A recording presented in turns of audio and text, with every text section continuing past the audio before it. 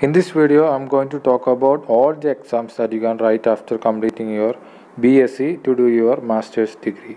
So let's start the video.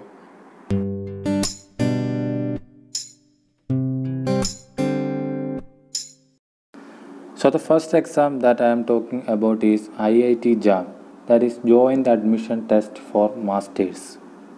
This year, the exam will be conducted by Indian Institute of Science, Bangalore. There are a total of 7 papers in IIT JAM examination. They are biotechnology, chemistry, geology, mathematics, mathematical statistics, physics, and the newly added paper, that is economics. You can take examination for the paper that you are interested in, and after clearing the JAM, you can take admission in IITs, ISER, and other centrally funded technical institutes. Take a look at all the centrally funded technical institutes in our country. With a good JAM score, you can take admission to most of these institutes. There are a lot of courses available, so you can take admission in your master's program or your integrated PhD courses. The next exam that I am talking about is Joint Entrance Screening Test. This is conducted by Science and Engineering Research Board. After clearing this examination, you can take admission to integrated PhD program, PhD or MSc programs.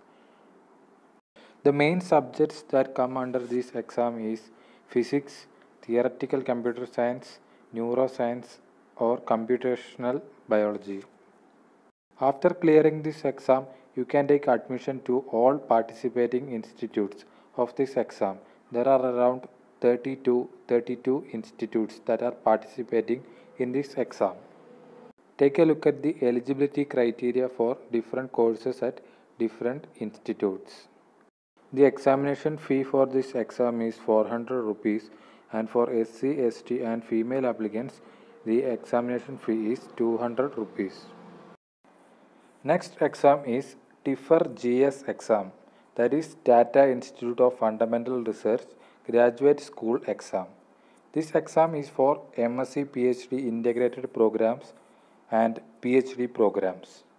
Integrated MSc PhD and PhD programs are available for mathematics, physics, chemistry, biology and computer science.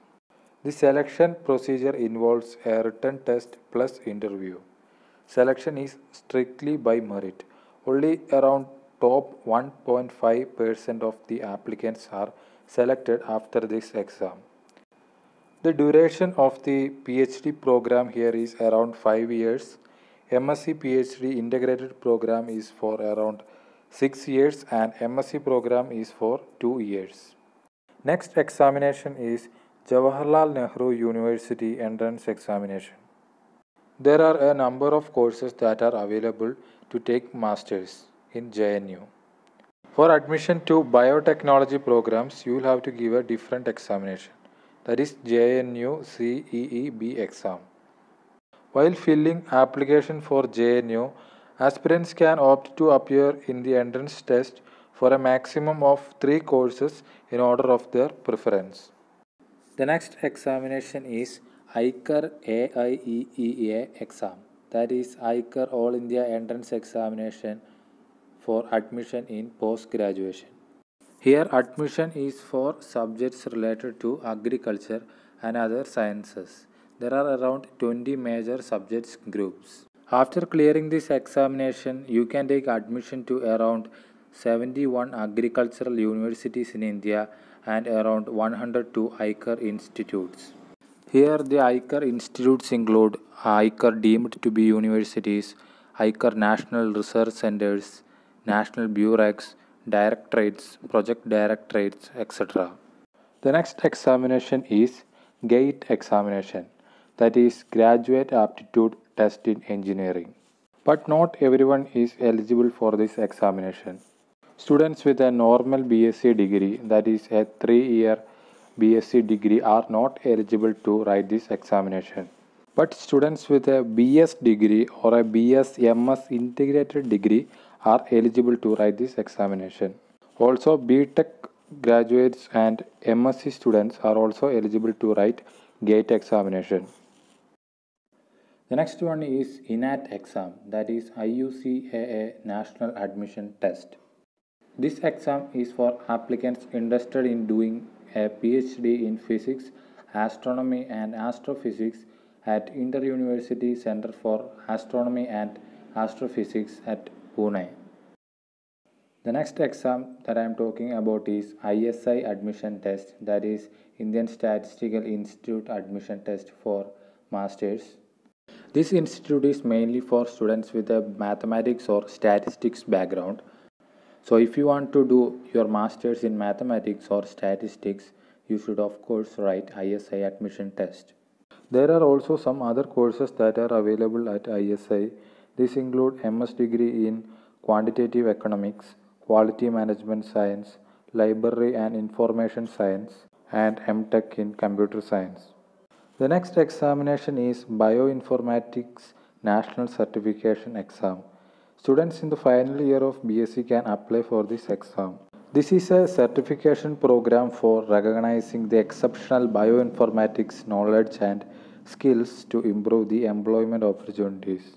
The next examination is GRE examination, that is Graduate Record Examination. This is a standardized test created and administered by the Educational Testing Service for admission to graduate programs and graduate business programs globally. Many universities across the world accept students on the basis of their score in GRE for master's degree.